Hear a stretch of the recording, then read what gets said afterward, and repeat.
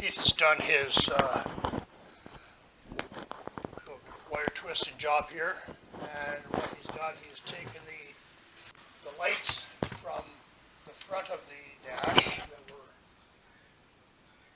right here, and he tucked them in behind the mesh.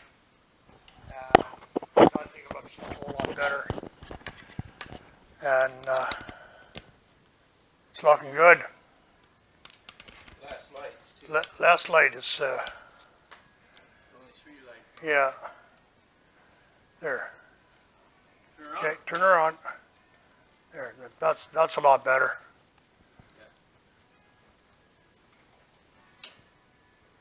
Yeah, a little bit more subtle. For sure. Yeah, it's not going to give me a sunburn on my forehead anymore. But anyway, yeah. Like I said earlier, I needed an idiot light there because I'm an idiot.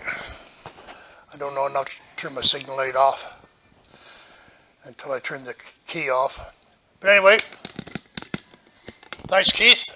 Hey, thanks for coming out. Yeah. What's up?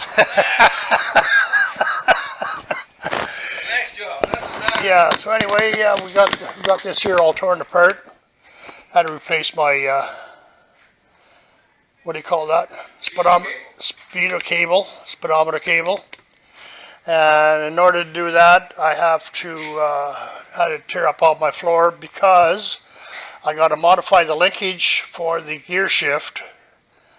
So I got to cut some chunks out and redirect them and weld them up and this sort of stuff. So the gear shift doesn't hit the speedometer cable anymore. And that's what my problem was. It was hitting the gear shift cables or linkage and putting too much pressure on it. It was actually bending it too tight of a 90 degree. And I think Frank mentioned that when I first started doing this, that he thought it might be a little bit too tight. But anyway, I want to get that all modified and it'd be good. Plus, I'm going to wire in my backup camera again. So anyway, guys, thanks for hanging around, and we'll see you in the next one. Bye now. See you later, Keith.